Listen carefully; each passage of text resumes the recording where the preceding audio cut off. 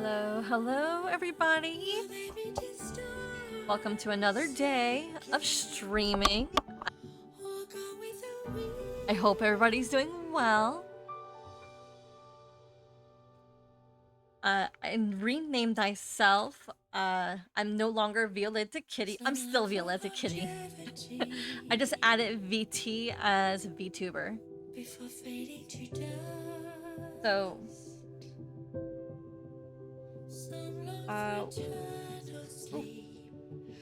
so our main focus today is just to there's a new game that I found.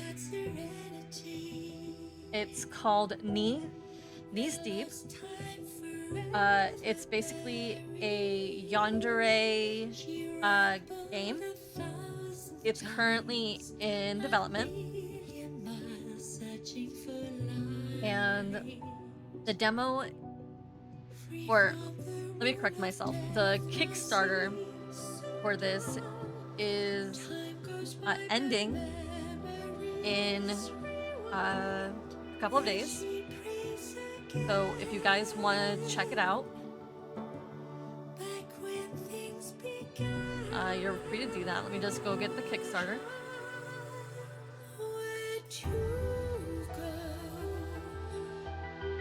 It's ending in 3 days, but let me get the Kickstarter links for you guys so that you can donate or participate.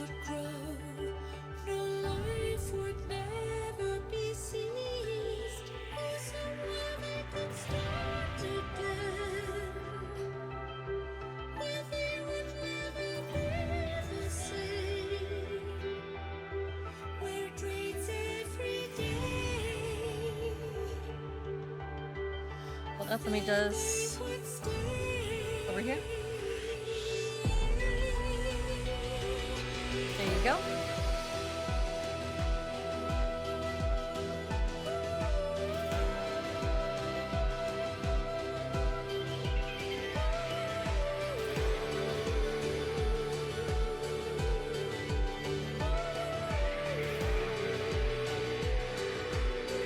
And it's gonna be pinned to the top for you guys.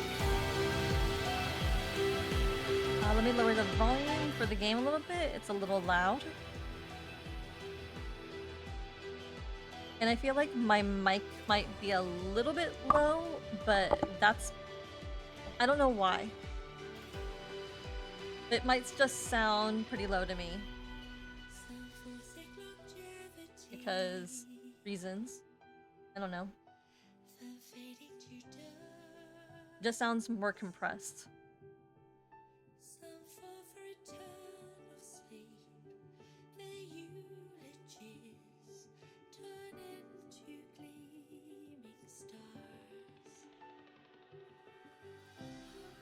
I don't know, maybe this is better? No. Is this better? No. I don't know.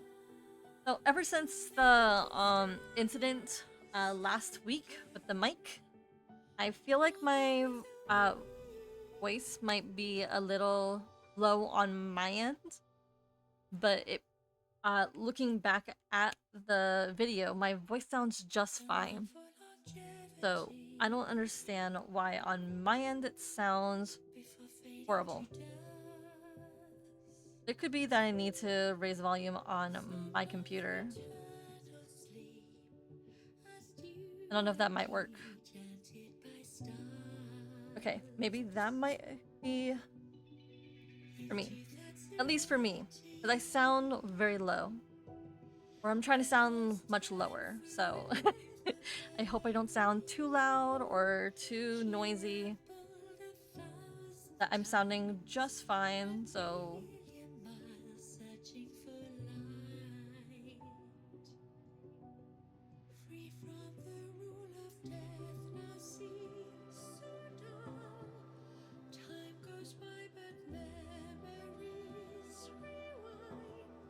And I have to log into my Twitch since I, well, correction, my Twitch on my OBS. Since I, changed up my name. It's no longer the same one.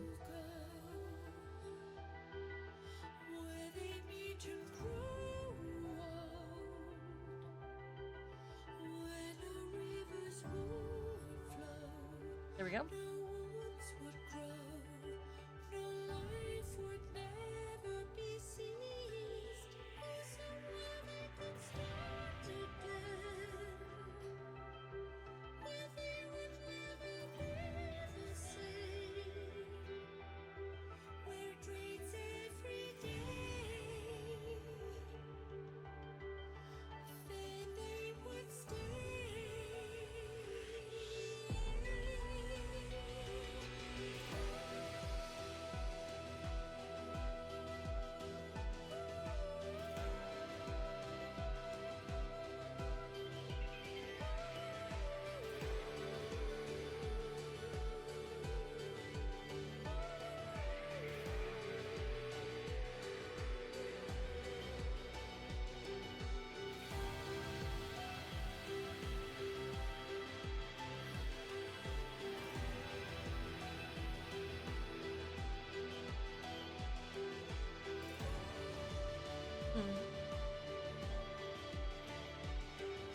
I'm so sorry that I'm taking so long.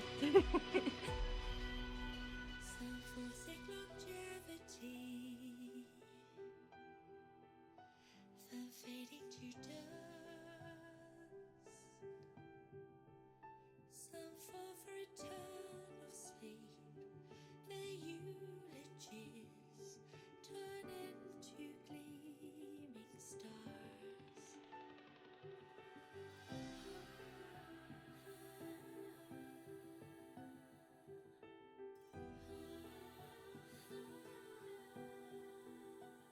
Will they be just stars again, or go with the wind?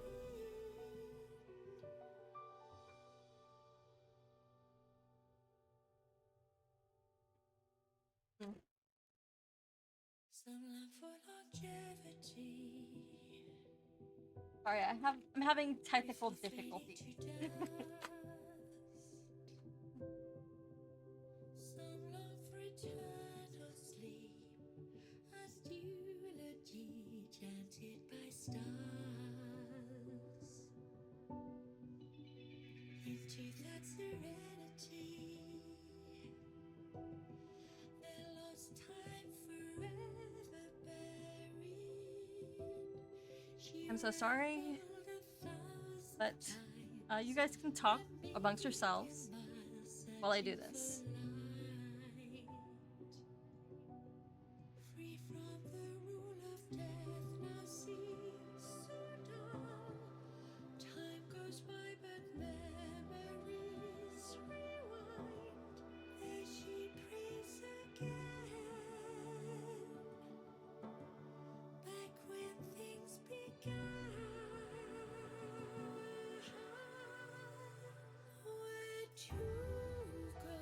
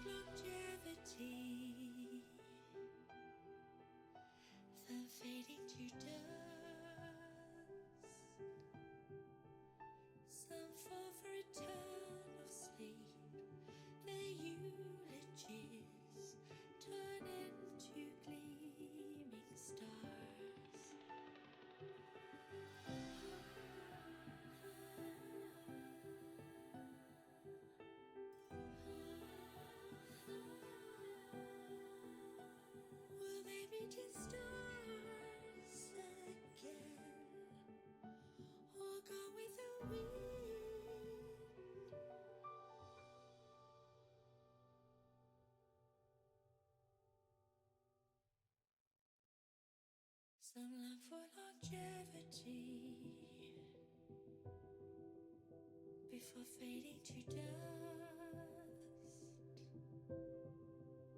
Some long for eternal sleep, as eulogy chanted by stars.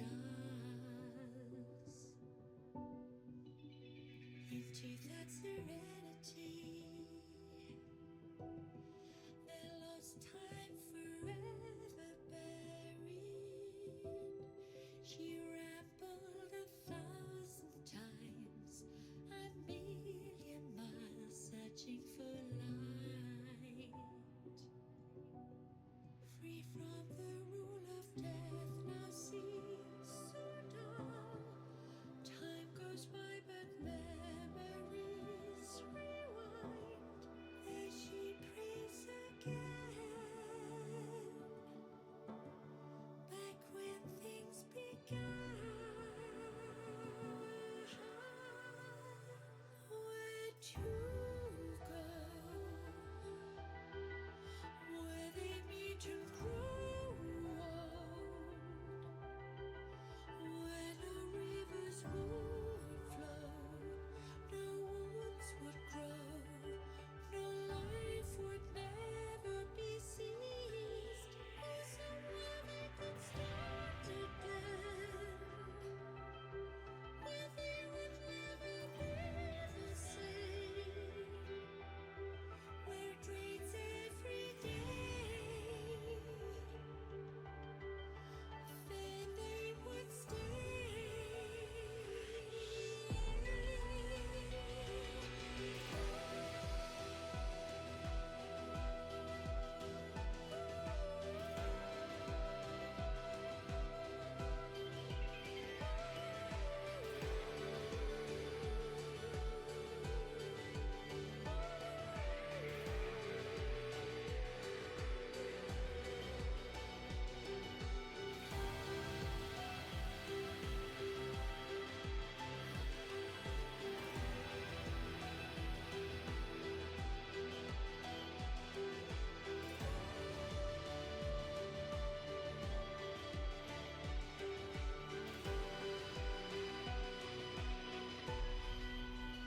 some forsake longevity, the fading to dust. Some fall for eternal sleep, their eulogies turn into gleaming stars.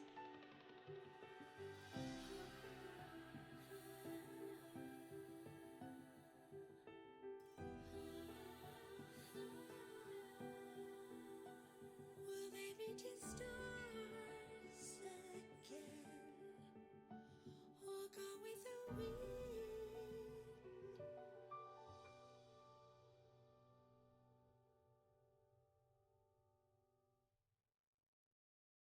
Some long for longevity, before fading to dust. Some long for eternal sleep, as eulogy chanted by stars.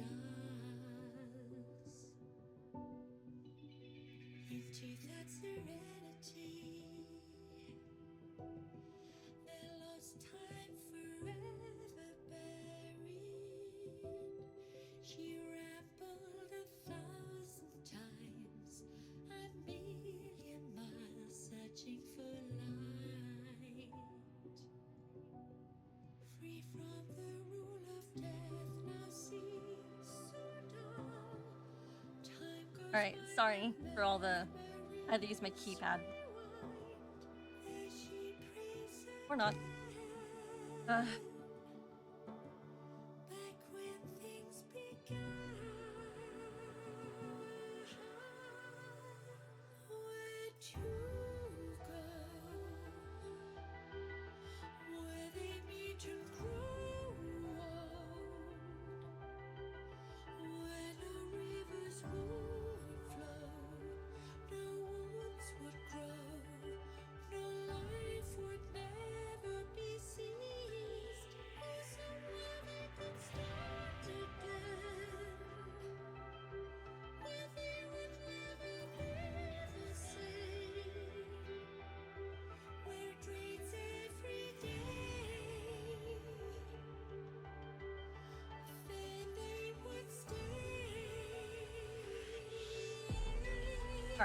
I am in the I'm in. It took me a while, but I am in the in Twitch on my OBS. So like I was saying, you guys can go check out the Kickstarter. It's in the link. I left the link for the Kickstarter for this game that we're gonna be playing. And we're also gonna be playing it as well. Ignore the Love in Deep Space in the background. That's not our focus today. Our focus. Oh, I don't know what happened. Our focus today is playing Knee Deep's In Love's demo. So, also, I am gonna be doing a quick change because you guys don't need to see this lovely face. I am upgrading to a new model. Well, at least for whenever I play games that are not related to Love in Deep Space. So it's time to change into my new face. Excuse me for a moment.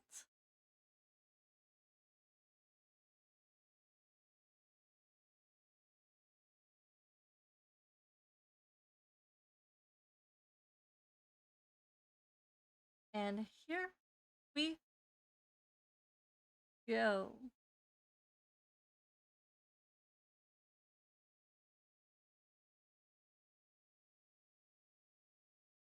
There I am. This is my new model, at least for whenever I play these kind of games.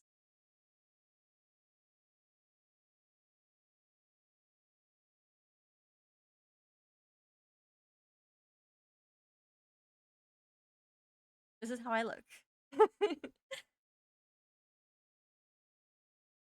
And it's time to launch the other game, the new game.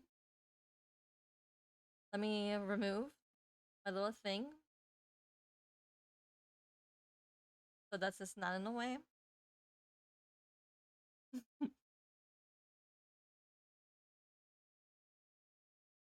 Hopefully the volume's not gonna be too loud. But here we go. Let's play.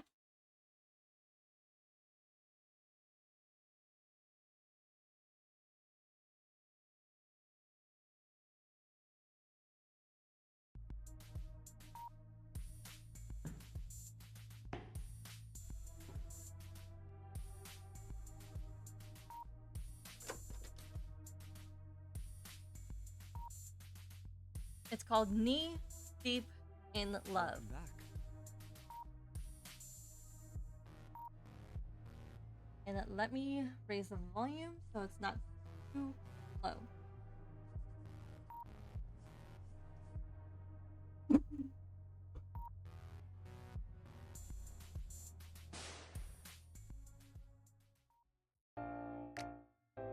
Or too loud.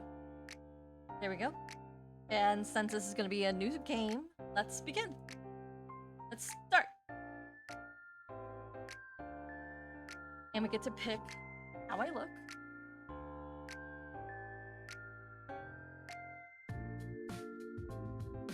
We're going to pick this one because we're a little round.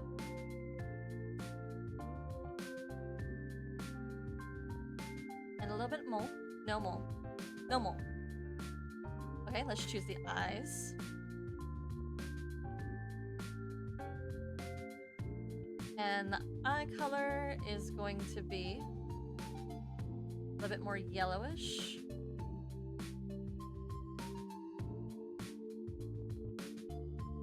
Somewhere around here. Maybe this one.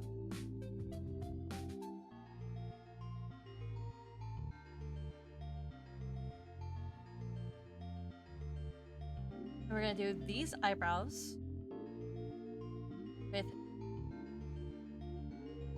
this color. These color brows. we're gonna choose this hair color, or this hair.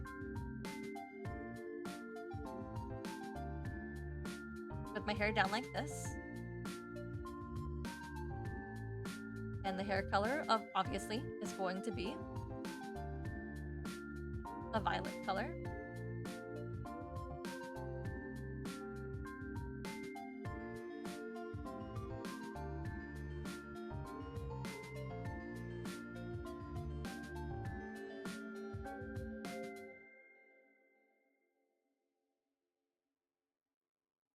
There we go. And the outfit, we're gonna choose glasses or no glasses. No, no glasses is fine.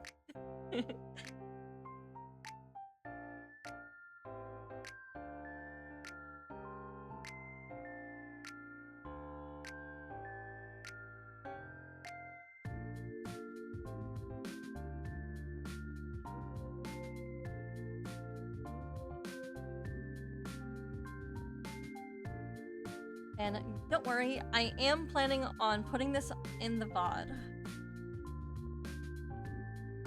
Alright, and let's confirm our image. We look good. Nope.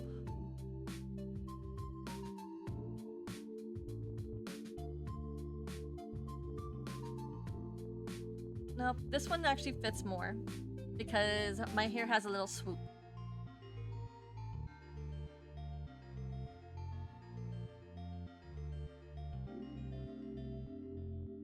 Can't go wrong with history and ethics and digital art and anatomy. I have a dream. I don't know who he is, but he's so gentle, cradling my face as he wipes the blood from my lips. He whispers, "Shh." And his smile is the most beautiful thing I've ever seen. It's better this way. Now, no one will ever hurt you but me. And the terrifying part isn't the knife in his other hand. It's how safe I feel as he twists the blade inside of me. Hey! So, this isn't completely voice acted. Let me just warn you ahead of time. It's the prologue is the only thing that's going to be EA'd. I'm assuming once the game is released in its entirety, then we're actually going to be receiving a new the full voice acting experience.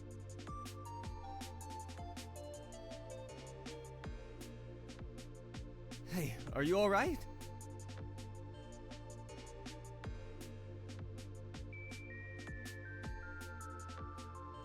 My head is spinning and splitting open.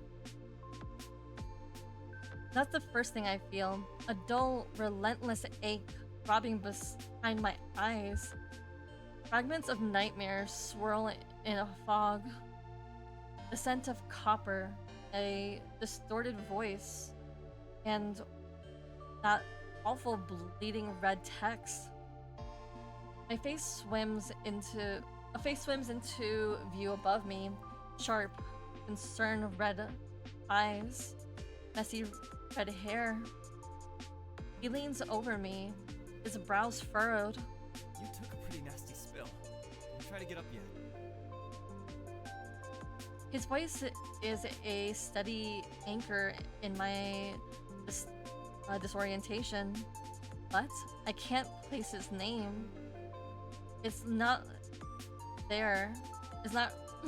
It's right there, just out of reach. Seriously, you're starting to scare me. How many fingers am I holding up?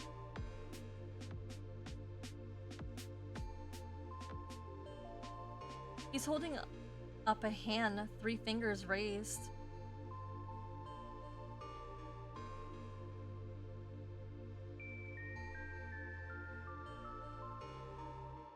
Three, I'm pretty sure.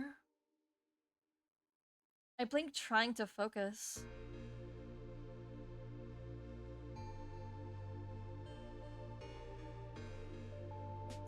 Four. No, 5. Did I win? Ding ding! Golden buzzer. Winning the most dramatic person alive award. It had to be dramatic. What's your name? It's going to be Violet.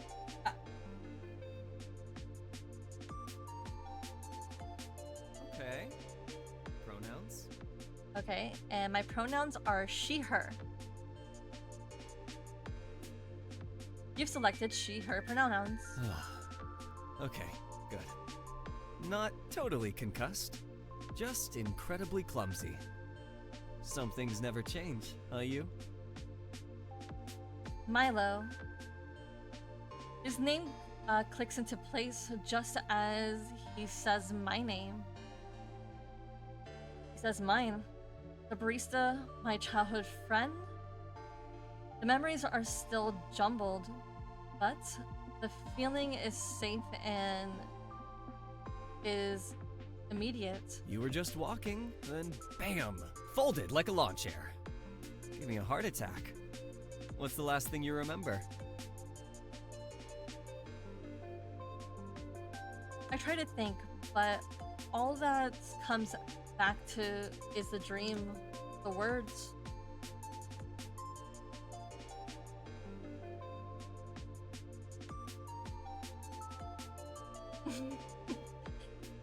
I have no choice. I have to choose this one. Milo's eyes shrunk up. Then his smile softened with a sympathy. He offers a hand. Come on, let's get you off the floor. Milo's grip on my hand is firm. His concern etched into his face. He doesn't let go once I'm steady. I pull my hand back. The movement makes the cafe sway a little. Right, that's it. We're going to the clinic. No arguments.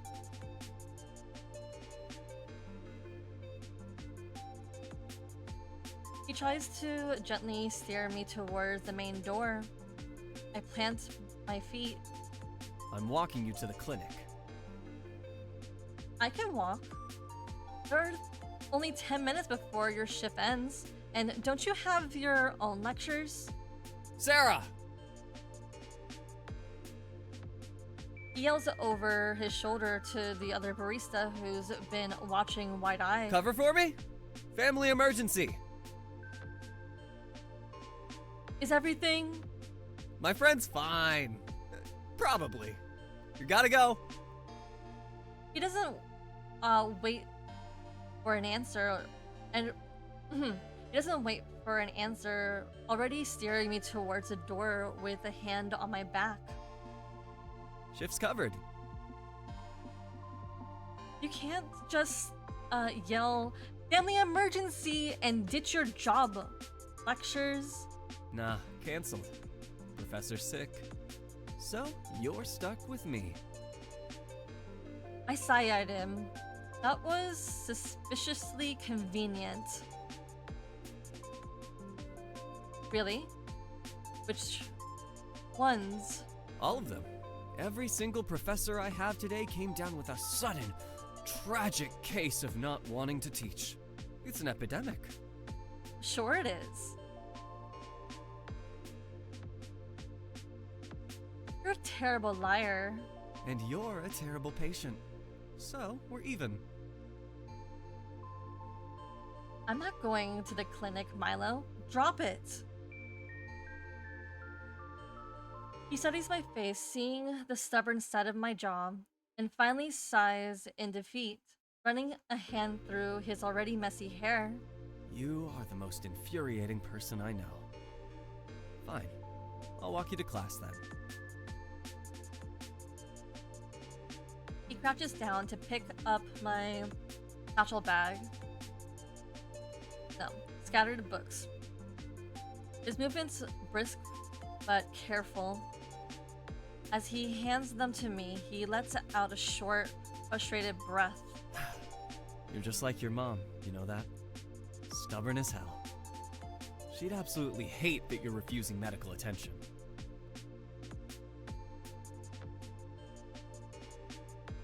The comment so sudden and specific throws me off. It's a low blow, and he knows it.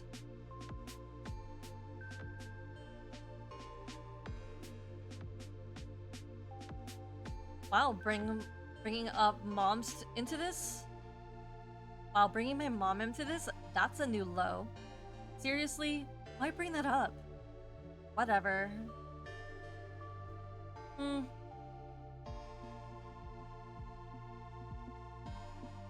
choose A. Are you honestly surprised?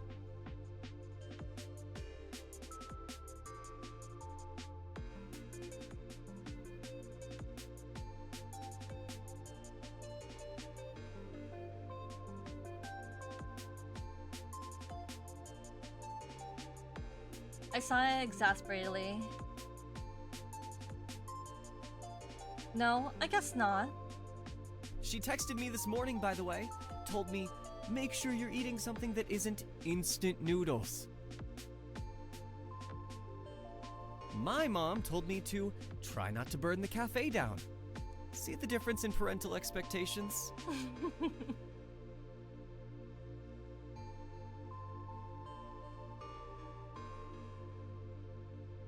He says it with a wry grin, taking the sting out of his early words. It's a classic Milo maneuver, pulling a boundary, then immediately smoothing it over with a joke. It's how he always seems. It's not like he's always been. They're still texting you? I thought they'd give up on us as a lost cause. Are you kidding? Our moms live for the weekly How Our Kids Are Failing Adulthood updates. I'm pretty sure they have a shared calendar tracking our poor life choices.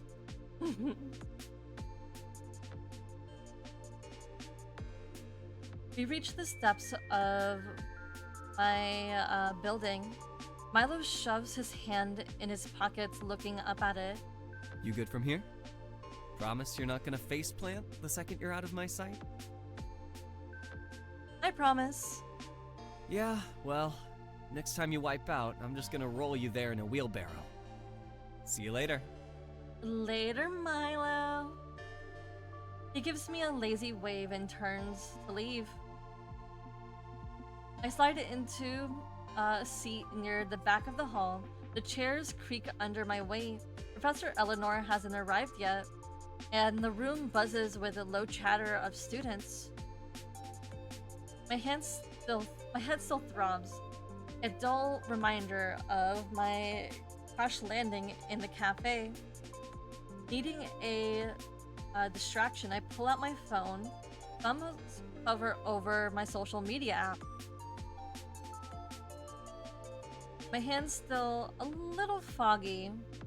What's my username again?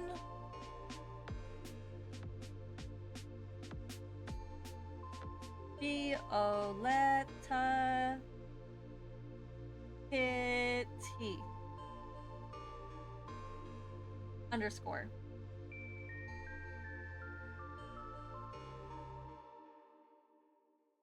A post from a user named Brutal Honesty is at the top of my feed. The pun makes me roll my eyes. Even as I click it, it's Milo. The comments were something else. Hypothetical. If someone you care about was being, I don't know, reckless, self-destructive, and refuses to let you help, What would you do? Asking for a friend. Who?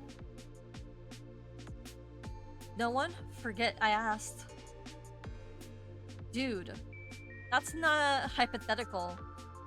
That's just Tuesday with you. It's not like that. Just worried. Sounds like you need to have a conversation. Sometimes I think the only way to keep her safe is to just lock her up. Obviously kidding, mostly. Lock up? That's taking it a bit too far, no? Then I notice something's off. Something that makes me have to blink twice. I blink again, trying to focus. The man at the front isn't Professor Eleanor. He is scribbling complex equations I haven't seen since high school astrophysics.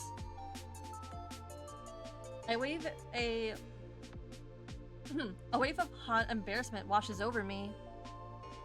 Wrong building, wrong class. Entirely wrong hemisphere of campus.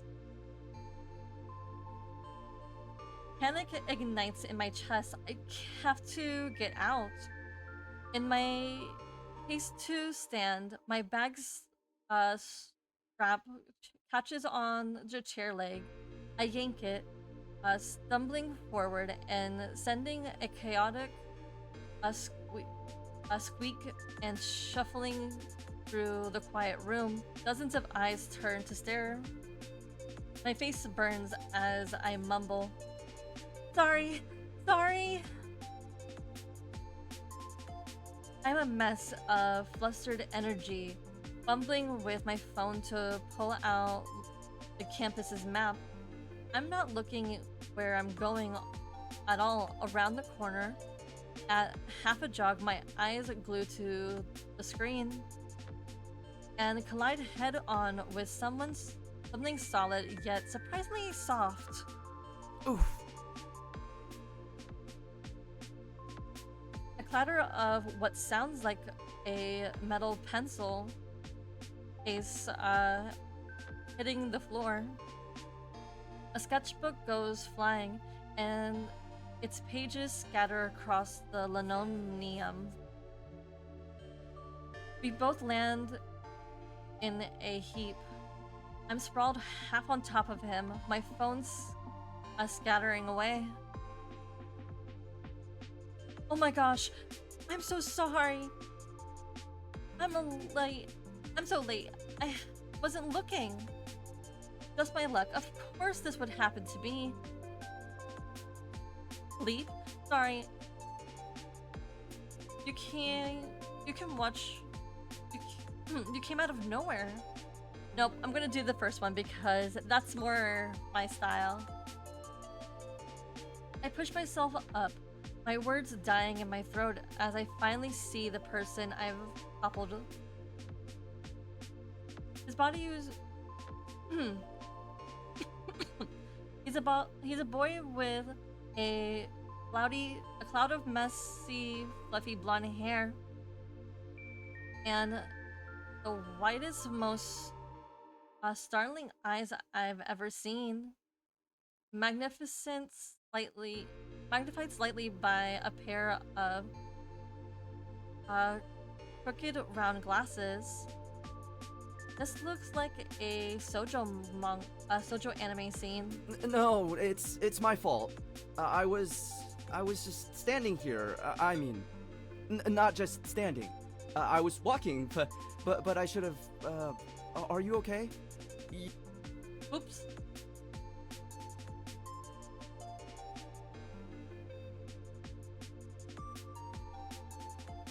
I wish we can go back.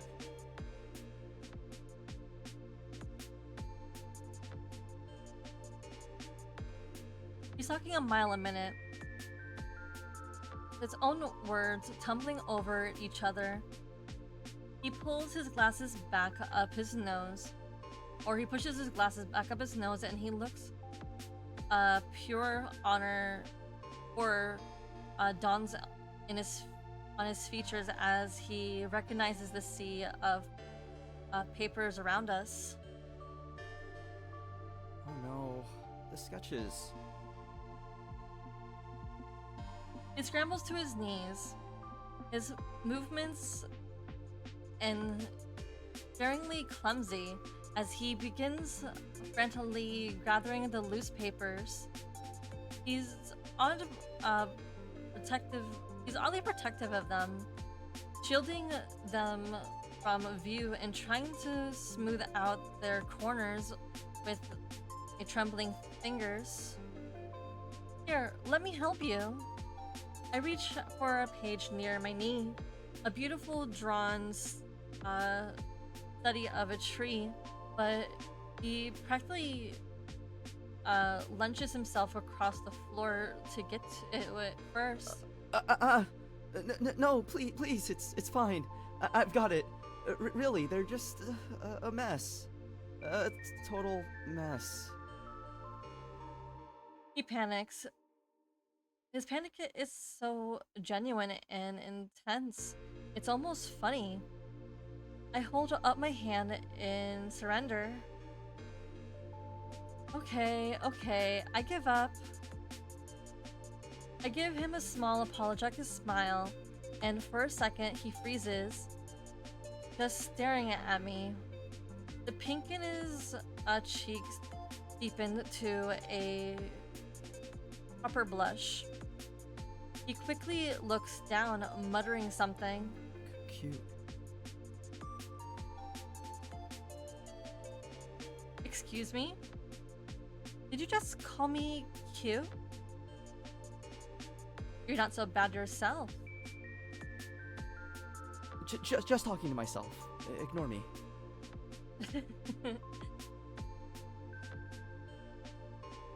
My own heart does a little flip. I gather my own things, my mind's still racing about being late.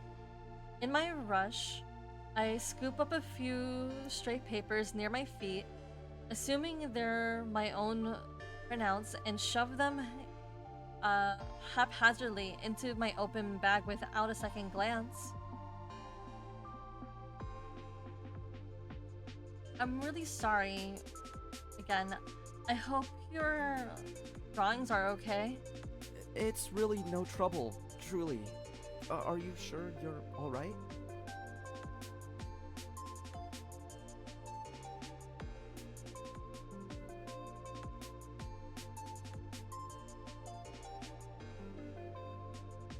He's now holding his massive sketchbook to his chest.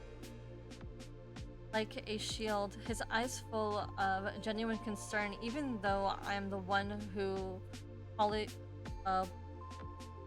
blown him over. I'm fine, just late. Bye! I give him a final rush wave and take off running down the hall. The image of his blushing, flustered face stuck in my mind. I burst through the door of the correct lecture hall, breathing breathless and feeling like I've just ran a marathon. Professor Eleanor is already at the podium. Her sharp eyes pinned me to the spot as I slink into a nearby empty seat, my heart hammering a frantic rhythm against my ribs. As I tried to slow my breathing, and blend into the floor, I risk a glance around the room.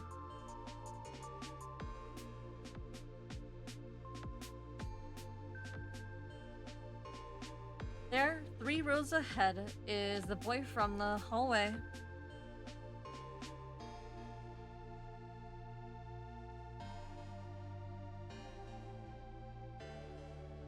The fluffy blonde hair is unmistakable, as if he can feel my gaze. His head snaps up.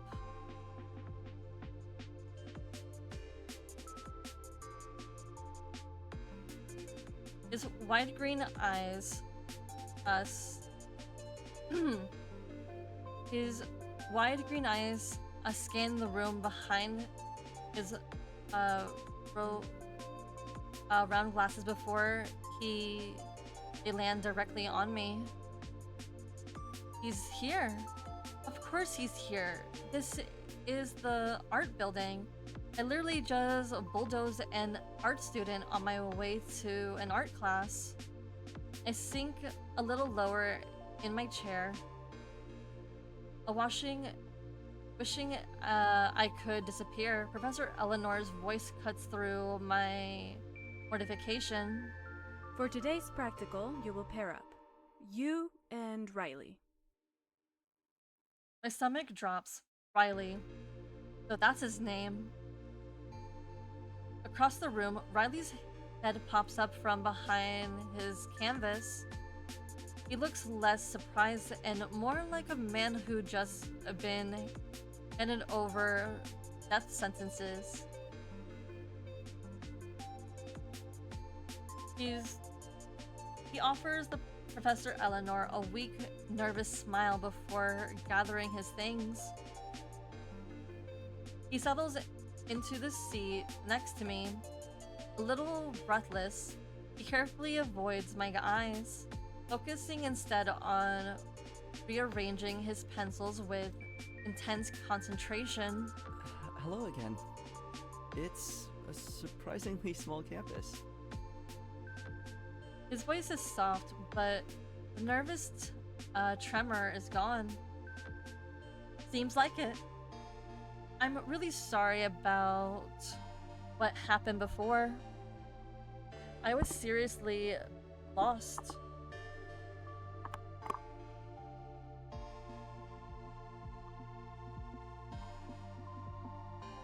His eyes flicker up to mine. For a moment, before darting away, a shy, grateful smile touches his lips. It's quite alright. It was certainly a memorable way to start the day. He peeks at me again, a faint blush returning to his cheeks. I'm Riley. I gathered. I'm Violetta. Violetta, he repeats the name, stunning through thoughtful on his, wait. Yeah. Violetta, he repeats, name sounding thoughtful on his tongue. He nods, a small, genuine smile playing on his lips. How do you get here faster than me? You took the long way here. I thought that you'd know that the campuses are connected since it's already your second week here. Oh! Professor Eleanor's voice cuts through our introductions. Your project as a pair is to capture your partner's essence. Not just their face, but a sense of who they are. You will each create a piece, and you have 1 week. Use this time to talk, to observe.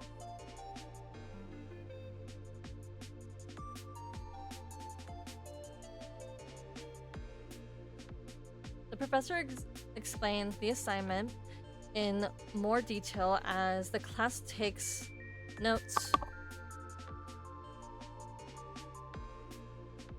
We are to capture not just our partner's face, but who they are as a person, to try and capture what lies beneath the surface. Riley's eyes widen slightly at the assignment. A flicker of excitement crosses his face. So, how should we approach this? Would you prefer to draw first, or shall I? I'm flexible.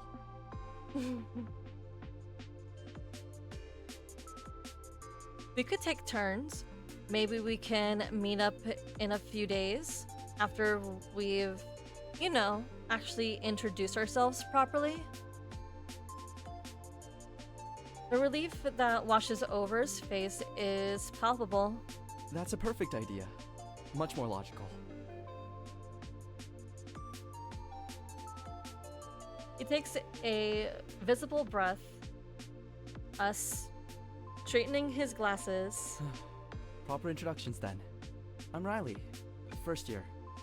Fine arts major with a sculpture focus, though I draw constantly.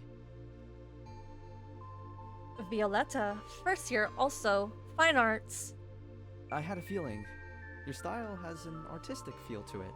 And I've seen you around, actually. You often read under the big oak tree near the Humanities Building, the west side, where the afternoon light's particularly good. He says it all smoothly, but a telltale pink creeps up his neck, betraying his calm delivery. I notice light and compositions. It's a habit. You're very observant. It has its uses. For our project, we could meet at the campus cafe in a few days. The light is decent and the coffee is passable. Unless you prefer another location. I'm open to suggestions.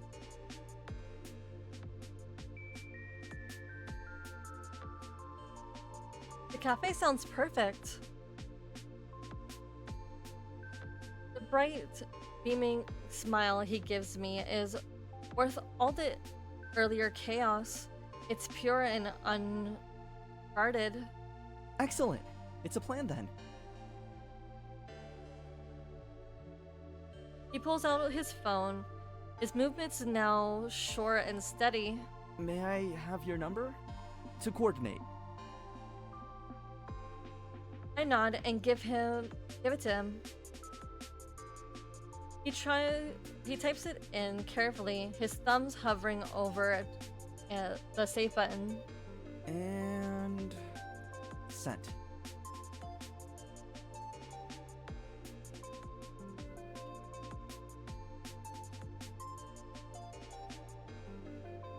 A moment later, my phone buzzes softly. A new text message, an unknown number, pops up.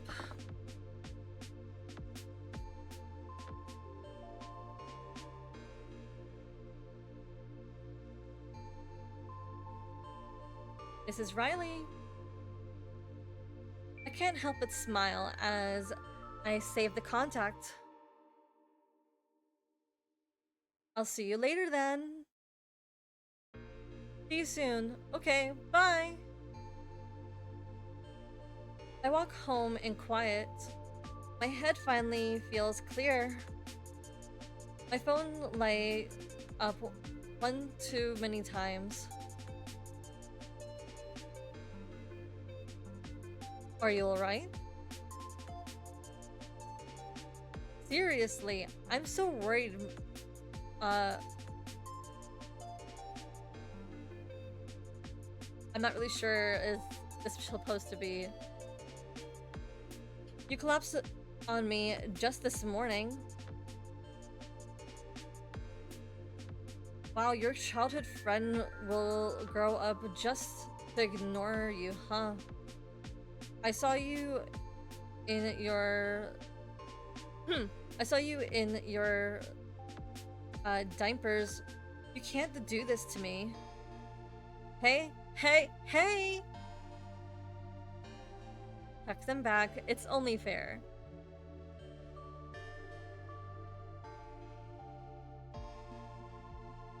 I'm dead already.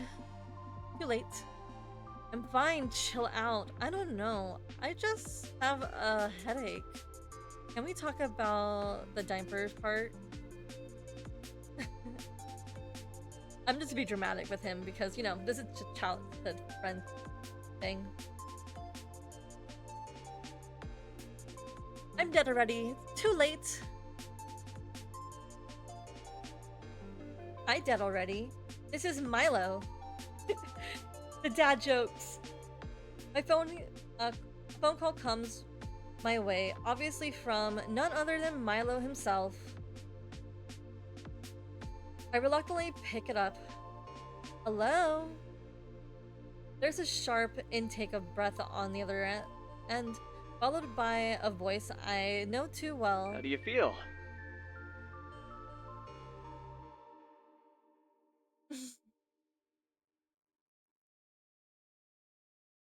If you were a better actor, I might believe you.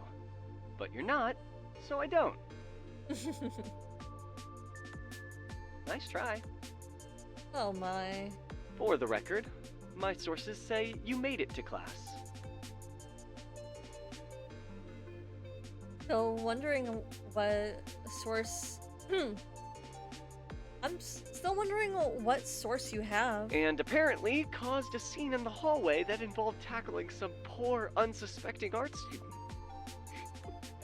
You really can't go 5 minutes without causing chaos, can you?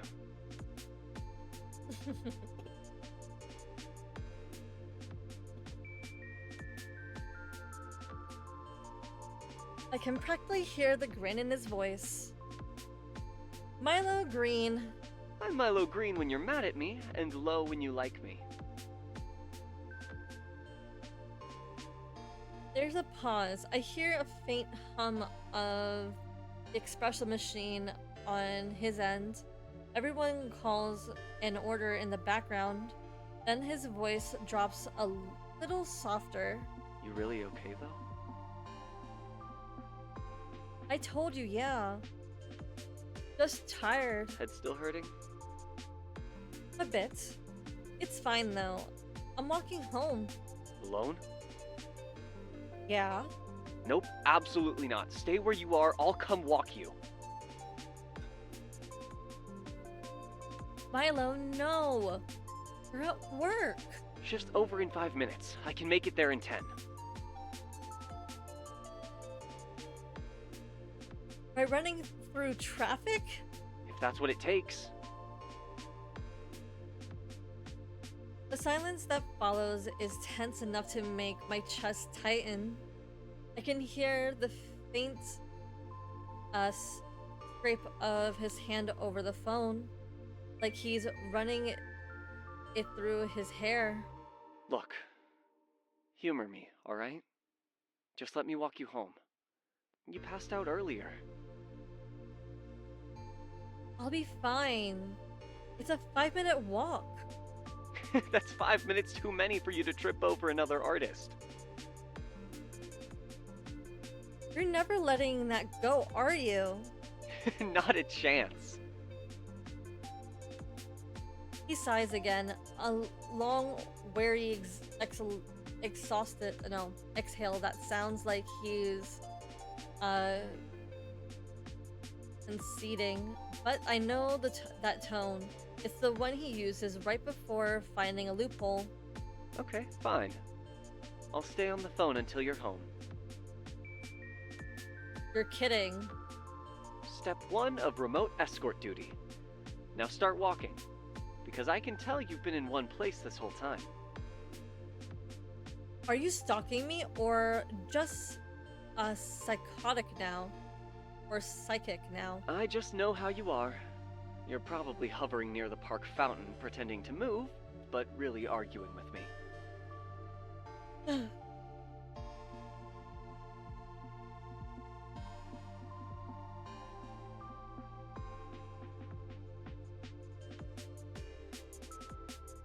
I'm gonna deny. No, I'm not. You're wasting your breath lying when you should be walking. Go on. I roll my eyes, but I start moving anyway, my phone pressed to my ear. The evening air feels cool against my skin as the street lamps flicker on one by one. Milo keeps looking. Milo keeps up a steady stream of commentary, half teasing, half concerned. You should really get that headache checked. Drink water. Doing it. Lie if you want, but I'll know. By the time I reached my apartment door, my head's pounding a little less. Okay, I'm home. Mission complete. See? Wasn't that so hard? I unlock the door, flick on the lights. I don't see a pair of shoes. My roommate's probably not here yet. I'm inside. Good. Lock the door, okay? Milo? Just do it. I roll my eyes again, but then, sorry. I roll my eyes again, but turn to the lock. There. Now I can stop worrying for like 5 minutes. You worry too much. Yeah, I know. Night, you. Text me if your head gets worse. Good night, Milo. He doesn't hang up right away. I can hear his quiet breathing for a few seconds longer before the line clicks. I run up as fast as possible to my room to be greeted by the wonderful thing that would never leave my side or betray me, my bed. Finally, home.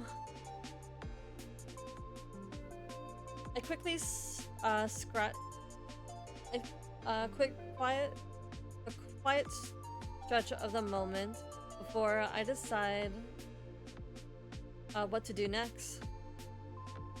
Scroll through social media, study, or take a nap. Let's study because we are smart noodles. I can't let myself go down like this. Violetta, snap out of it, pick up your books, and study. I settle on my desk, carefully flipping through the pages on my textbooks. There weren't any test schedules yet, but you just can't be too calm with professors whose favorite part of the day is assigning surprise exams. My voice hangs low as I read the first line in the unit we were having in class earlier the day.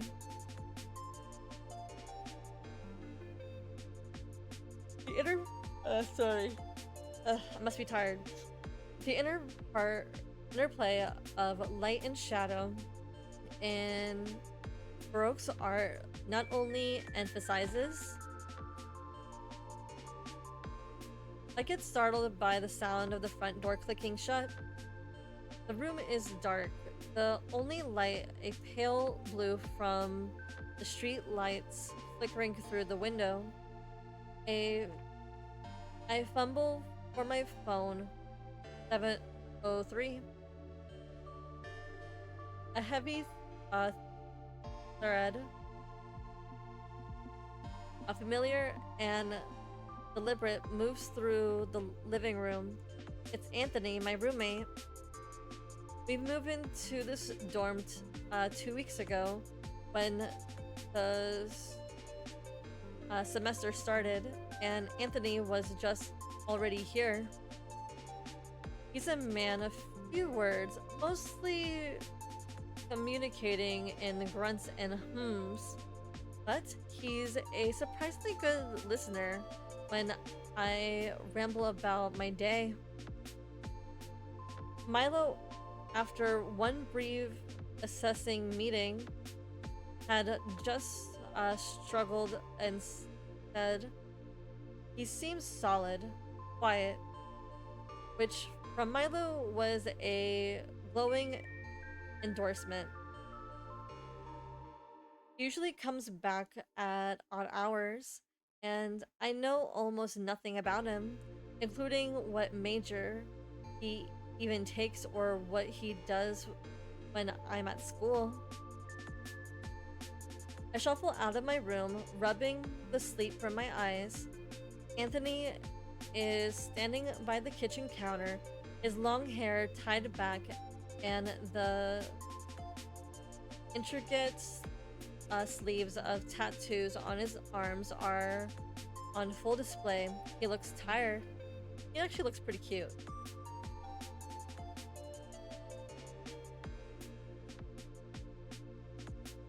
You okay? He glances over. His expression neutral. Rough day? He gives a short nod, non-committal grunt.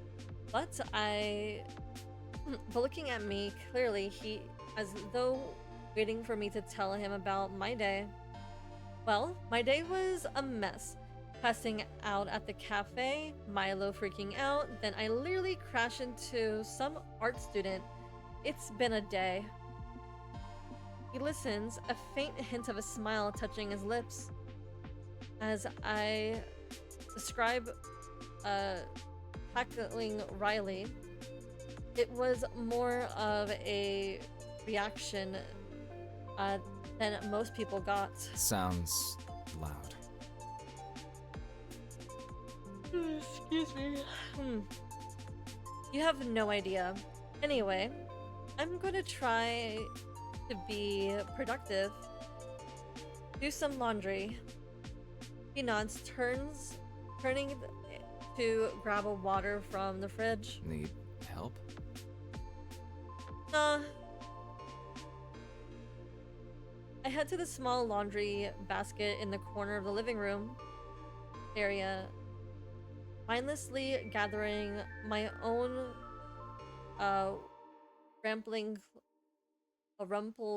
rumpled clothes from the day. On autopilot, I scoop up Anthony's small pile from beside it. A couple of dark t-shirts and his jeans.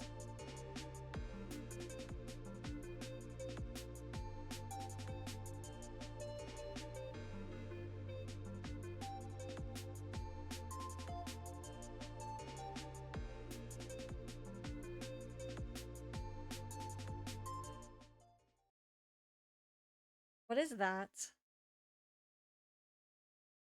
The jeans are dark, but the stain on them are darker.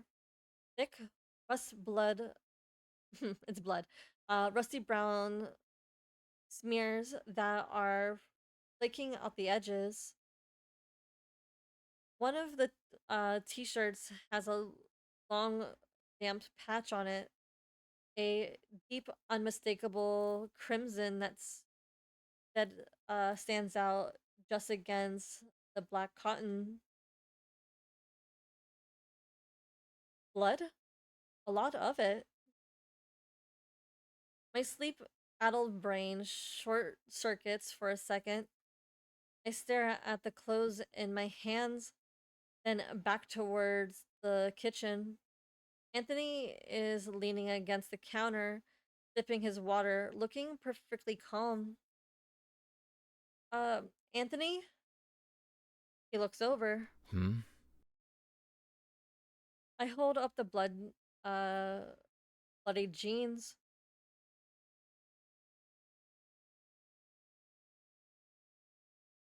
Oh, sorry. Okay. What happened here? This is blood. Are you okay? Did you get into a fight? This isn't your blood, is it?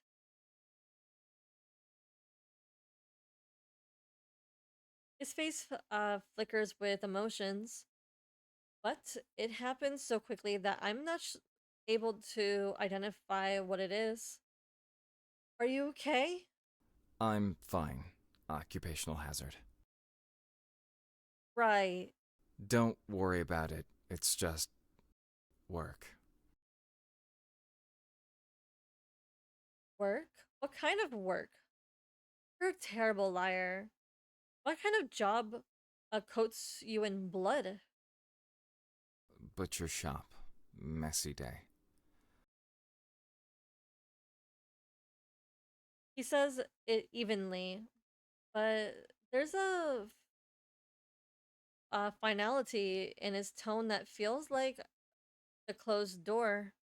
He takes the rest of the clothes from me. I'll handle mine. Don't want to ruin your stuff. He turns and starts retreating the stain at the sink with a quiet focus. His back to me. The conversation is clearly over. Still, that was a lot of blood. Right. Okay.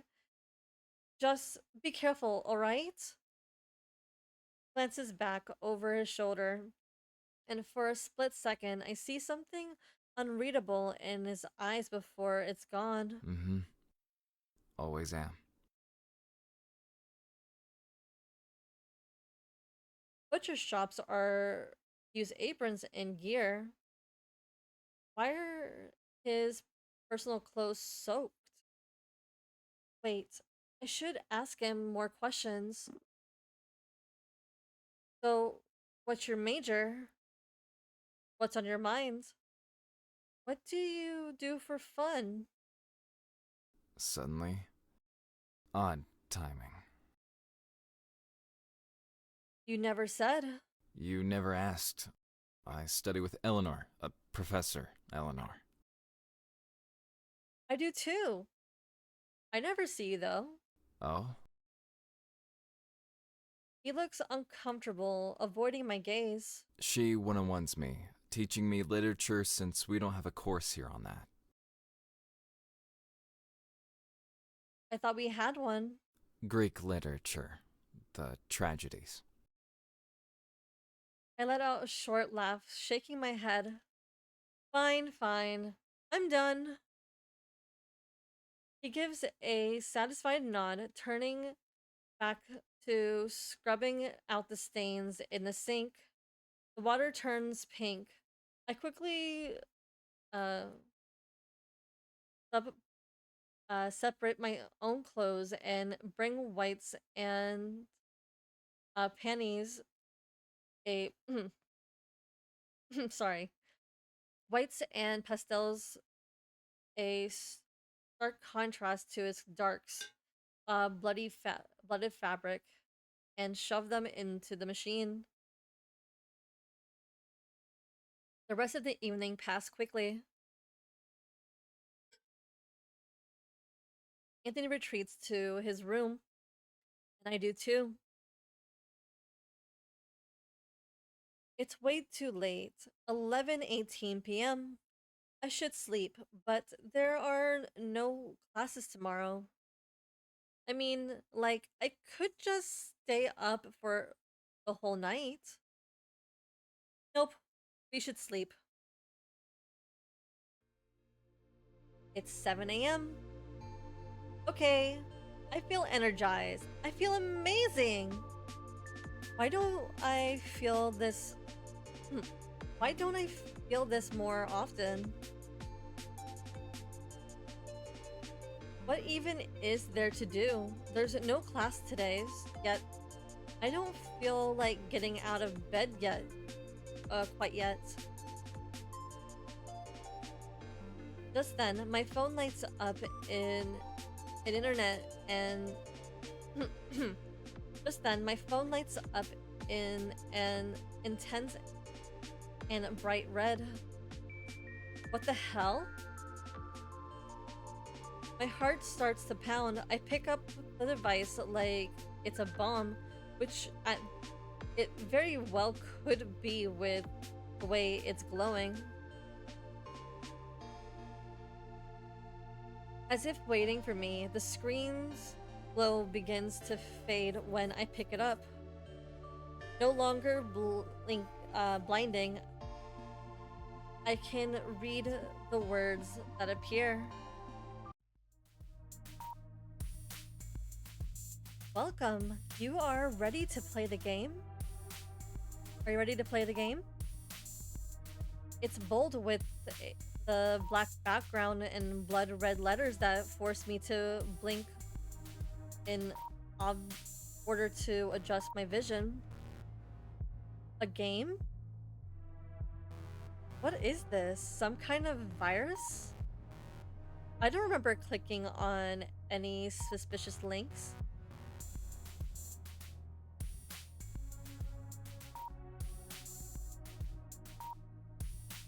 Right.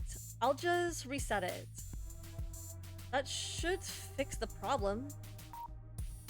I hold the power button down until the screen goes black. After a few moments, I turn it back on. Okay, now I'm starting to freak out. The first wave of text fades, only to be replaced with more.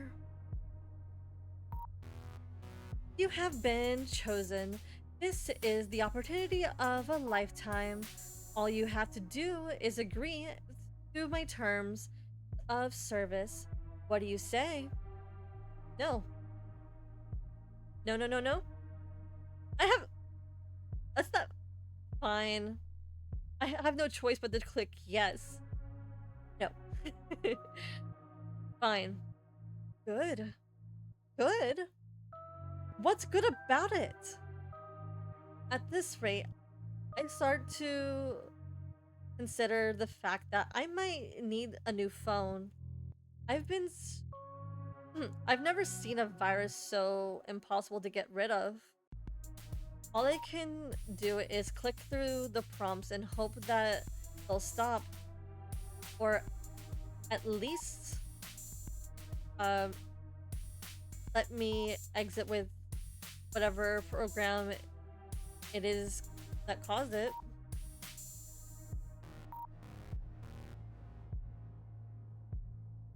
See you again soon.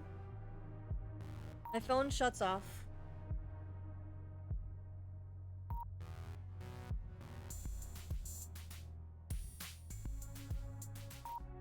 When the power, when I power on again, everything is normal. I check all my apps, my pictures, my settings, all normal. I'm exhale slowly, feeling a mix of relief and curiosity. What the hell even was that? I shake my head, trying to loosen the creepy feeling of unease building up in my chest. Whatever, it's gone now.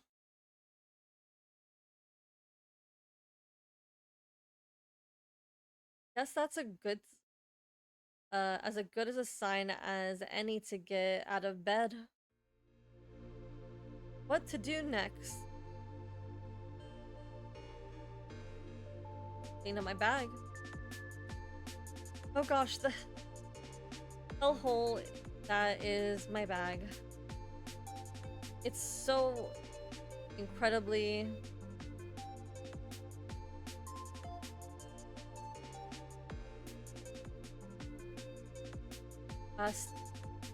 stacks with heavy books, messy with random papers and scissors thrown everywhere, neat and organized, bland. As I dig through my bag, I notice a stack of papers that doesn't feel like mine. What's that? What the? I hold it up for me to meet my eye. I pick it up.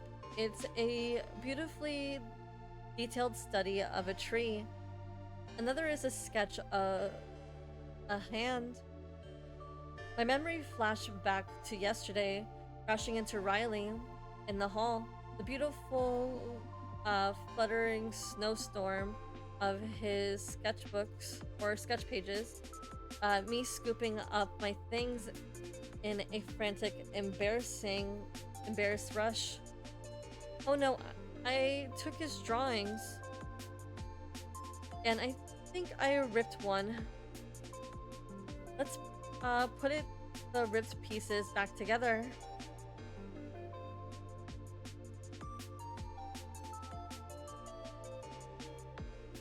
Let's start off with the corners, because that's how you do a puzzle.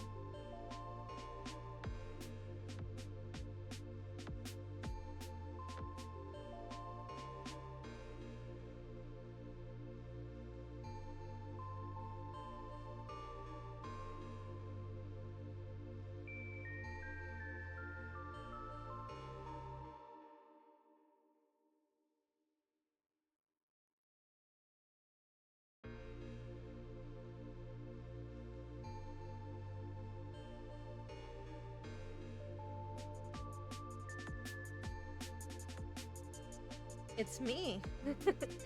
I stare at the repaired drawing in my hand. It's me. Oh my god. I thought yesterday was our first meeting. He must be taking portraits of people around campus, though I don't see anyone else but me. How? Embarrassing. Flattering? Creepy. It's embarrassing. Check my phone. That brutal honesty account. I open up the app and navigate to Brutal Honesty's profile, scrolling through the most recent posts. My favorite piece of art is looking a little smudged today. Someone should really teach those other brushes to keep their distance. I saw a person talking to another artist today. The competition was all wrong. The composition was all wrong. The frame was all wrong. Something you just have to crop the sometimes you just have to crop the destruction yourself. Someone took a nasty spill. If I find out who left that obstacle in their path, we're going to have to here's a serious conversation about workplace safety. I stop scrolling. A cold feeling settles in my stomach. I keep going further back.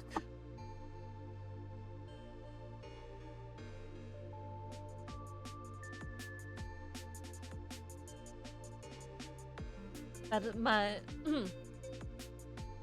at the neighbor's yappy dog a serious treat. The silence is so much more melodic. What the hell did you do? There's a particular kind of high you get from watching something beautiful break.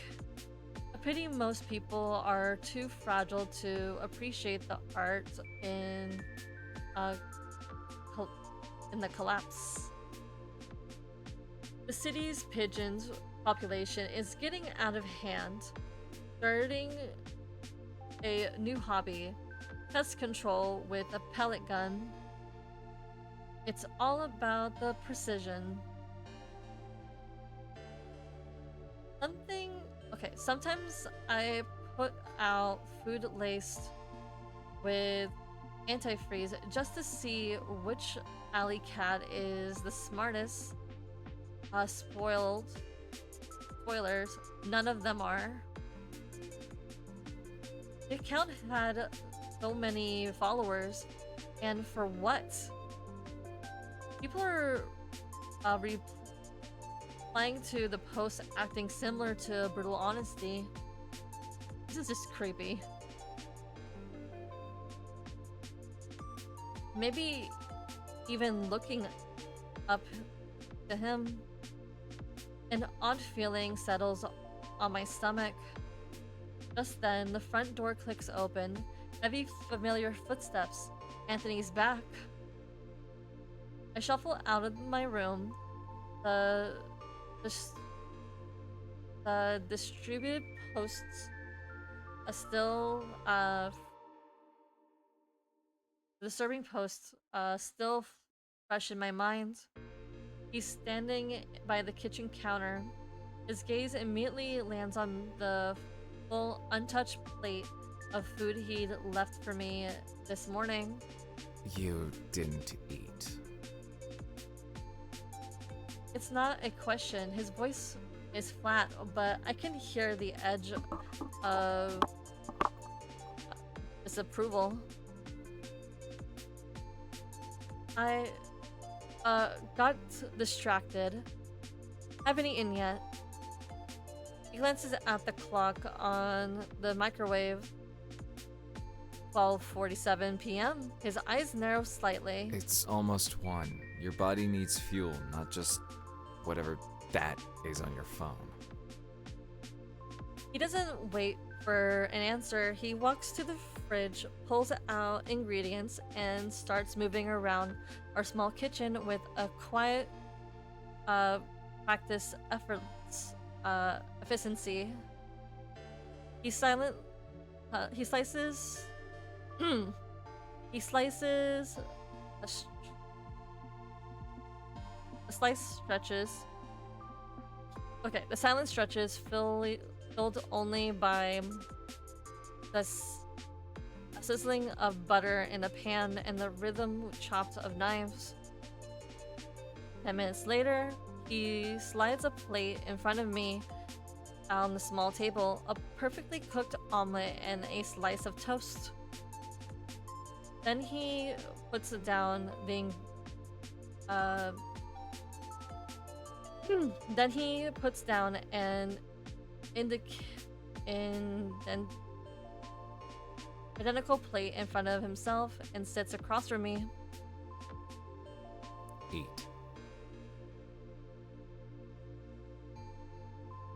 Thanks. Anthony shrugs and tucks into his own meal without another word. I take a bite. It's delicious, fluffy, and perfectly seasoned. This is really good.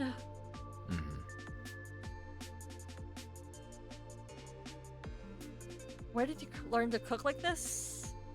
Why are you doing this? You're a great cook. Where does... he doesn't look up from his plate. Necessity. He barely misses a beat. He motions to my plate and the food still left on it. It's gonna get cold. He eats it silently, or we eat in silence for another minute. You're staring. Sorry, just thinking. Don't hurt yourself. A beat of silence, then I see a faintest, almost imperceptible switch at the corner of his mouth. Was that a joke from him? Just as I'm about to take another bite, my phone vibrates on the table. An unknown number. I hesitate, then swipe to answer. Hello? A young man's voice, bright and slightly frantic, bursts from the speaker. Hey. Hi, yeah, finally. Look, I've been waiting for over a week. Where is it? The tracking number is useless.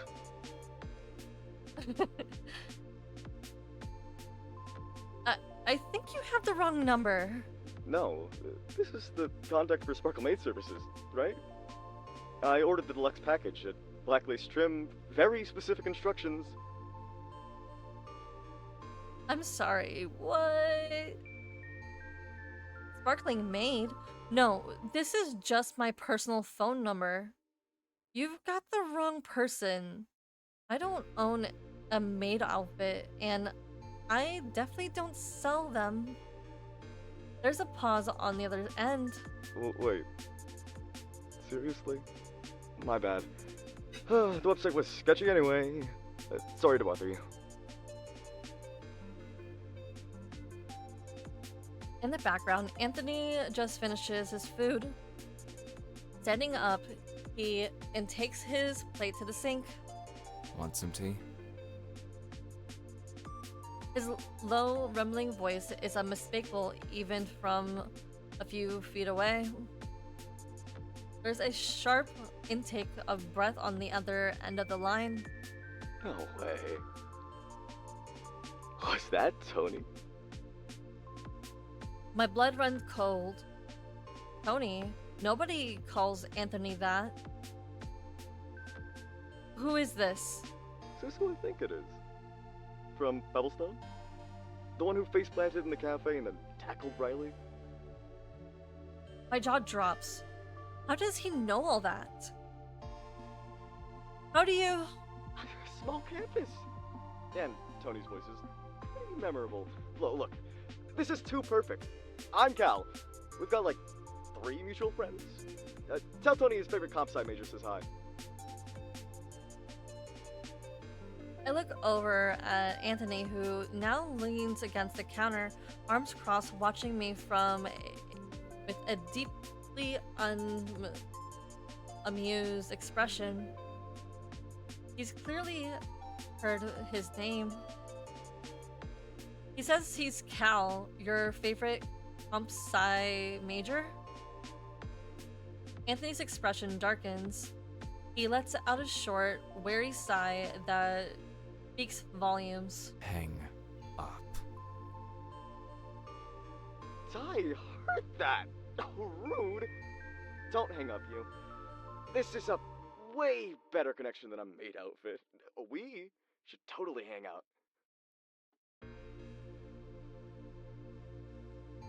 I'm caught between confusion and laughter. This isn't the weirdest wrong number call I've ever had. Stick with me. It won't be the last. See you around. Oh, and tell Tony I expect my damn maid outfit. The line goes dead. I'm left staring at my phone. Then Anthony, who looks like he just bit into a lemon.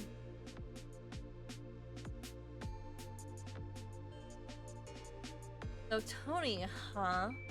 I don't know you were into those kind of things. How's scandalous? Nah, we're gonna start with this one. Don't ask. Anthony definitely ignores my insinuation. Instead, motions in my direction. Hand me your plate. I'm left. I left a tiny. I'm left to tidy up all the plates while Anthony diligently washes them. Not a single complaint crosses over, even though he cooked and dished as well. Just as I'm putting the last plate in the drying rack, my phone buzzes in my pocket, then buzzes again and again.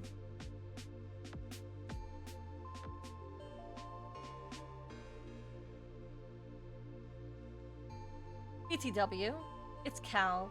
Saved your number, just so you know. Also, tell Tony the black lace is non-negotiable. So, you and Tony, roommates? Huh. That's interesting. Very interesting. Anyway, you seem fun. We should definitely hang out. I know all the good spots on campus and all the gossip. Just saying. I can't help but laugh, shaking my head. Your friend Cal is persistent. Anthony doesn't even turn from the sink, but his shoulders tense slightly. He's not my friend.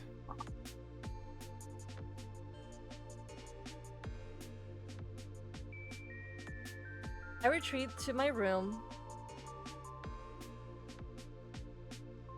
for the rest of the afternoon, letting the weird energy off the day settle.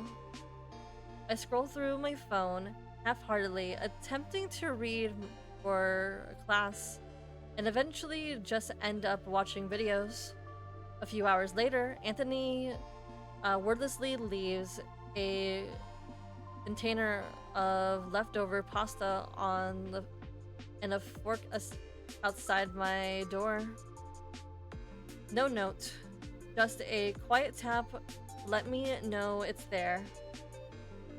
I eat at my desk. The food is simple but good. The text from Cal sits open on my screen. A bizarre, careful punctuation mark in a day that had started with such dark thoughts. As I turn off the lights, my phone light up one last time. Ding, ding, ding! Really? In the middle of the night? I groan and sink deep into the pillow. My back protests with a dull ache. Serves me right for skipping stretches all week. Mom would have a field day if she saw me like this. The noise goes off again. The app even sounds like that. I haven't downloaded anything weird recently anyway. Wait. It's just an email. I squint at the bright red glow from the screen. Not again. No, I'm just going to ignore it. It's just an email this time anyway.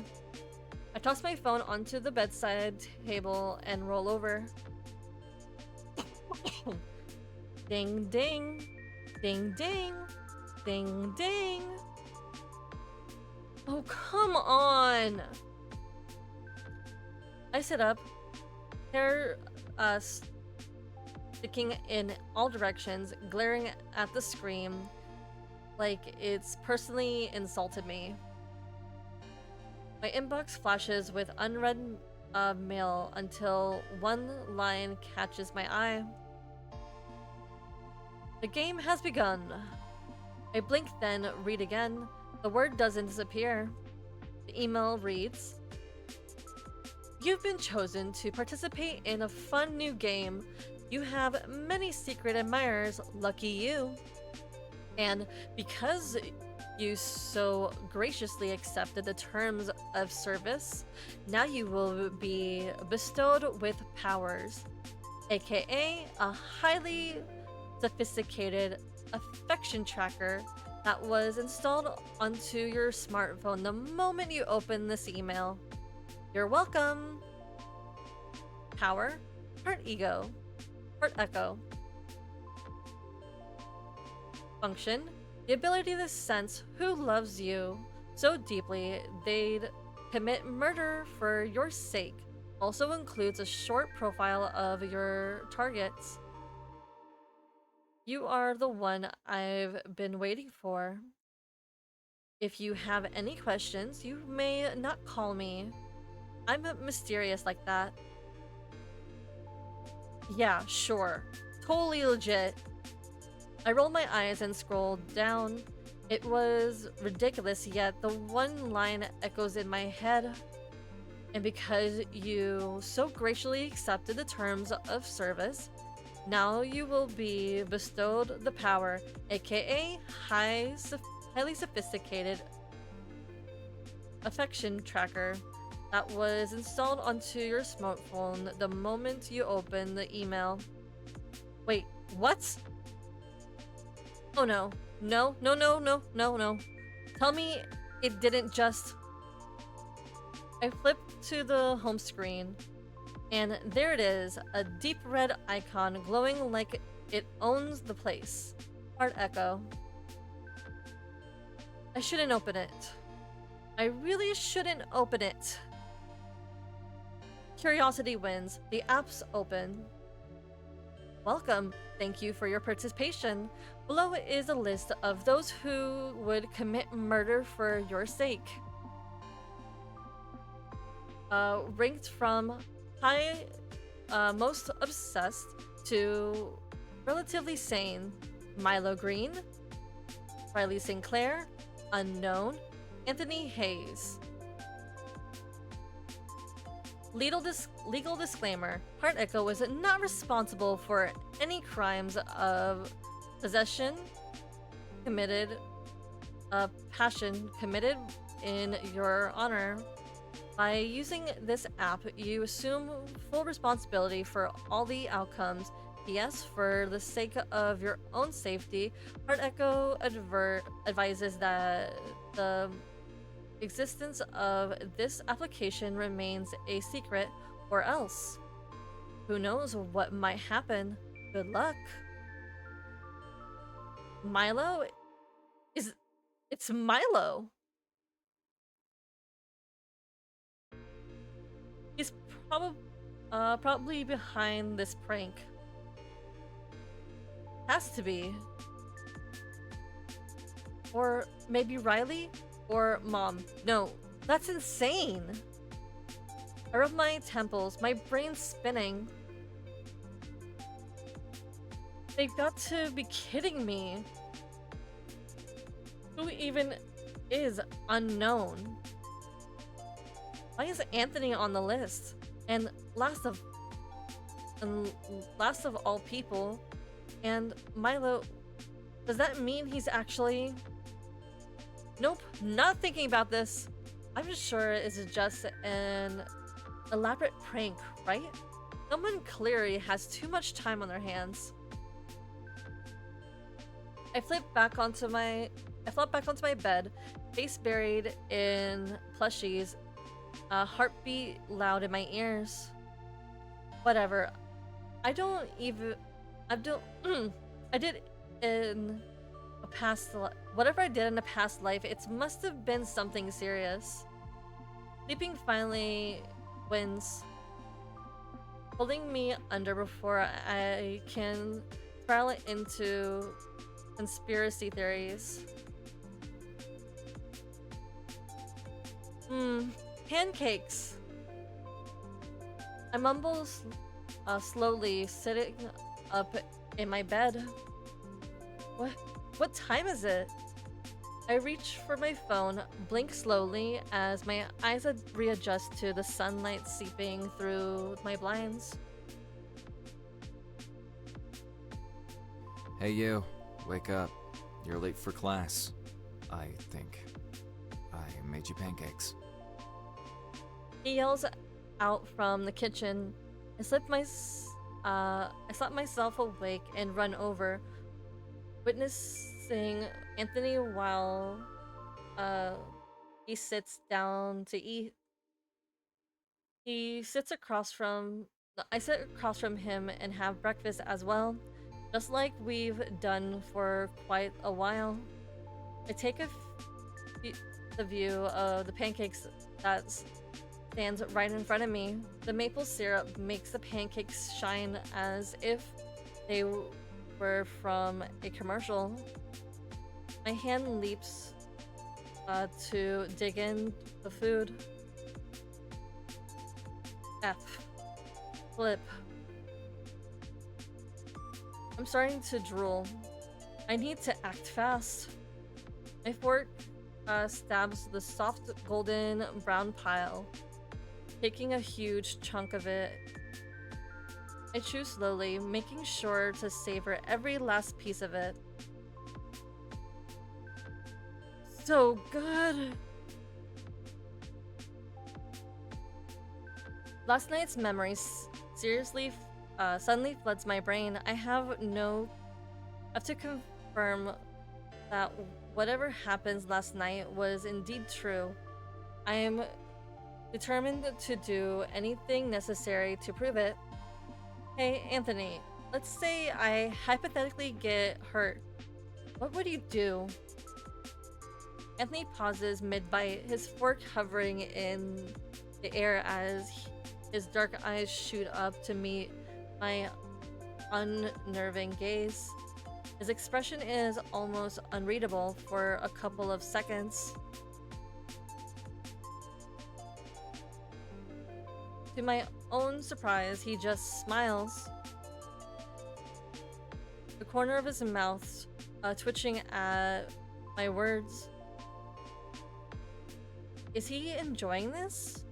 It depends. What are you talking about? Let me think. Physical, emotional. Someone saying your outfit's fugly? My shoulders tense up at his response. I awkwardly chuckle, trying to play off what I said as a joke. You know, silly question. I don't like violence, but if it happened, I'd make sure they regret it. I'm sure it'll never happen, though, right? I see the room slowly close in on me. Breathing becomes more of a struggle as the seconds pass. I feel the air running out of my lungs as if I were choking. I manage to cough out an anxious chuckle, my fingers gripping the tablecloth. It's good to know I've got someone by my side. Good thing no one is after me then. You're serious, aren't you?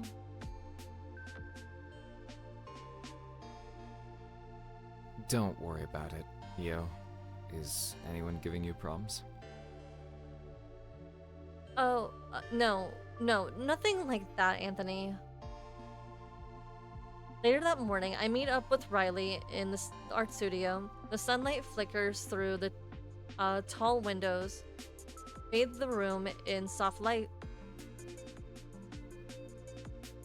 He's already there, sketching on a large canvas. His golden hair catch the light, giving him an almost ethereal glow. I pause for a moment, considering him and the sketch I just saw.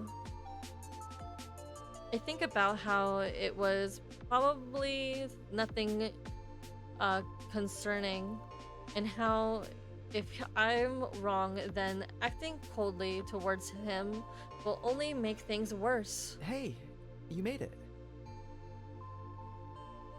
He doesn't look up. A small smile plays on his lips. I set my bag down, suddenly nervous. Yeah, sorry. I'm late. Riley looks up then. His sharp green eyes lock onto mine. You're not late. I just like being early. He gestures to the seat beside him, and I hesitate before sitting. So, I'm guessing you haven't had time to think much about our project yet.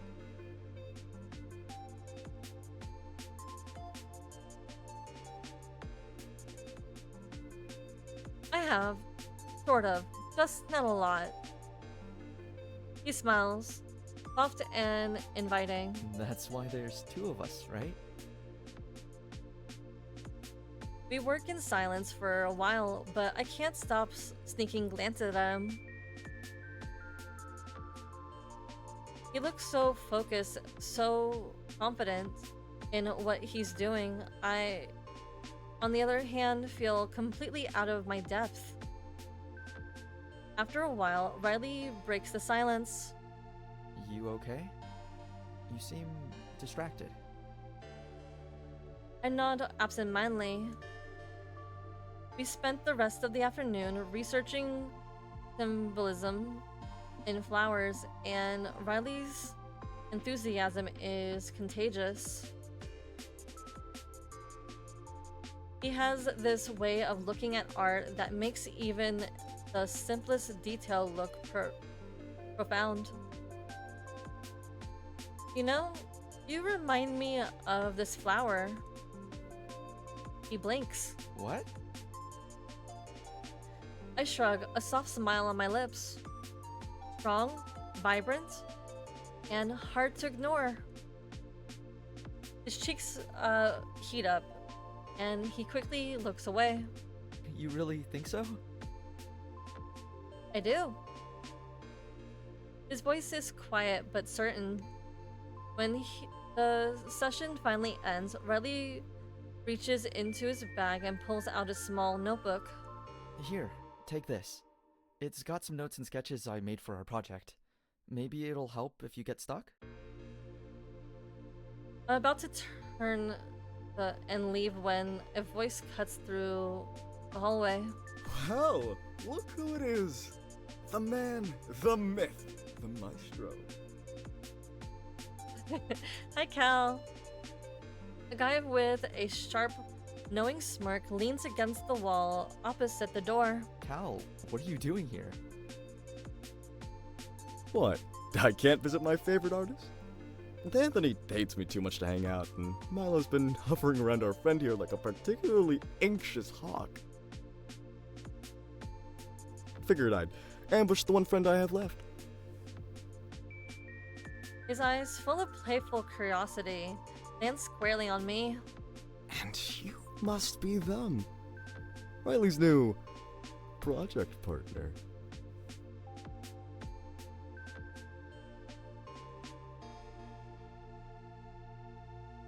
Honey, are you this mysterious, like, unknown, romanceable interest? Because if you are, I'm so going after you! On image alone.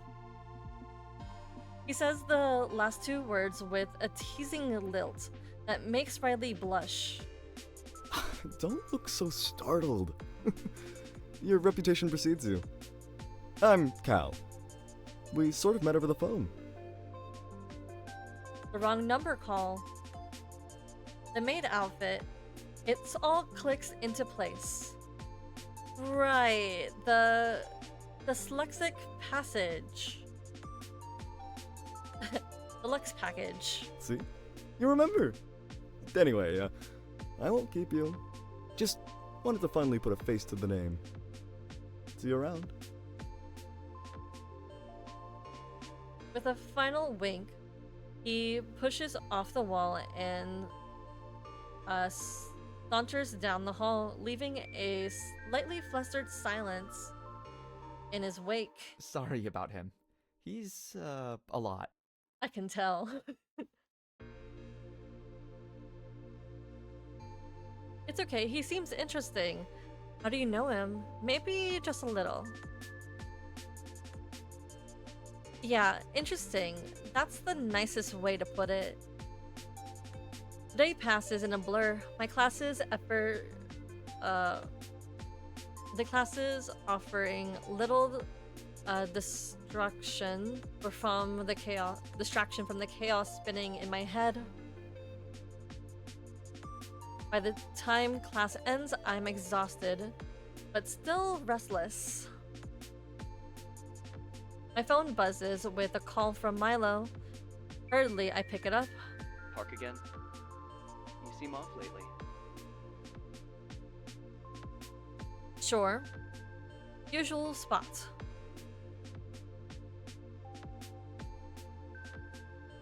Under the soft glow of the streetlights, Milo is already waiting on the bench when I arrive. He has a cup of coffee in one hand and his usual lopsided grin on his face. You look like you haven't slept. His tone is teasing, but his eyes are full of concern. Thanks. Just went what I needed to hear. He chuckles, but the humor quickly fades. Seriously, you. What's going on? You've been distant. He's sweating.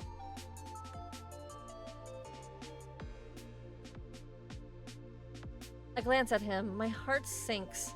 Milo has always been able to read me too well.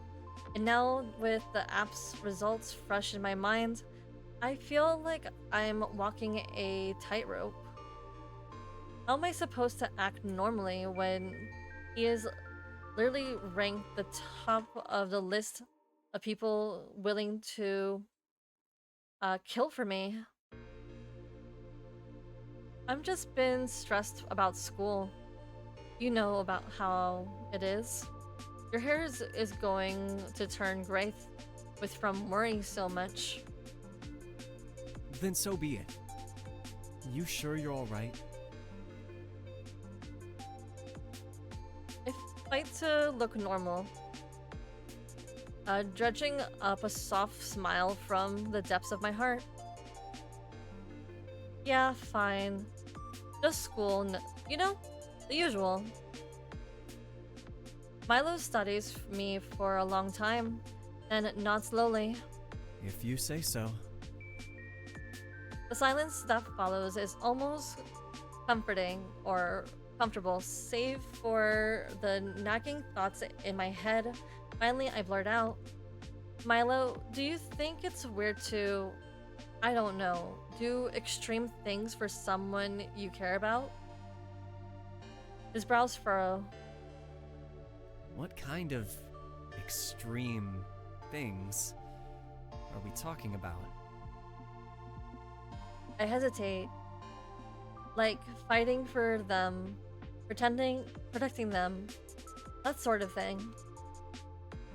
Milo's expression softens and he leans forward, resting his elbows on his knees. I think if you care about someone enough, you do whatever it takes to keep them safe. That's not weird. That's just love. The words hang in the air between us, heavy and unspoken for so long that it almost feels foreign. My chest tightens, and I look away, staring at the darkness, the darkened trees. Right, love. Milo straightens, his gaze still fixed on me. You. Is there something you're not telling me? I sigh and shake my head. It's nothing, just a lot on my mind. Okay. His voice is quiet, but his eyes tell me he didn't believe me. When I arrive home, I immediately look through my notes, not on subject I have to study, but about the 4 people listed on Heart Echo's app. I know I shouldn't play into it. Clearly, it's an elaborate scam or some wild attempt to steal my data, but seeing everyone's name on there and how detailed the information is, I can't help myself. Murder, though, is it really possible for them to do such a terrible thing? Only one way to find out. I cross off the unnamed person and try to focus on the others. Milo, my protective childhood friend. Riley, my shy project partner. Anthony, my closed-off roommate. The names that intrigue me the most is... Okay, so, we are going to stop here. Due to the fact that it is late for me. I also started late due to the fact that I was trying to tweak this overlay for you guys to watch me play this game. So it's also time for me to go to sleep. It's already like 10 o'clock or close to 10, and I still gotta go work tomorrow. But if I have time tomorrow after work, I will probably come back on here and, you know, try to read through everybody else's event or everybody else's, like, routes. So we're going to just, you know, save for now.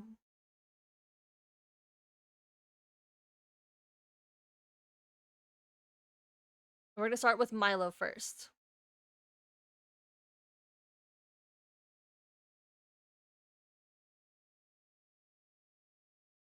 So with that being said, mi amores, it's time for me to go to bed. It's time for you to go to bed or go to work. or go back to work from your lunch. So, with that being said, good night, good morning, good afternoon, good evening. Until we see each other next time. Bye bye.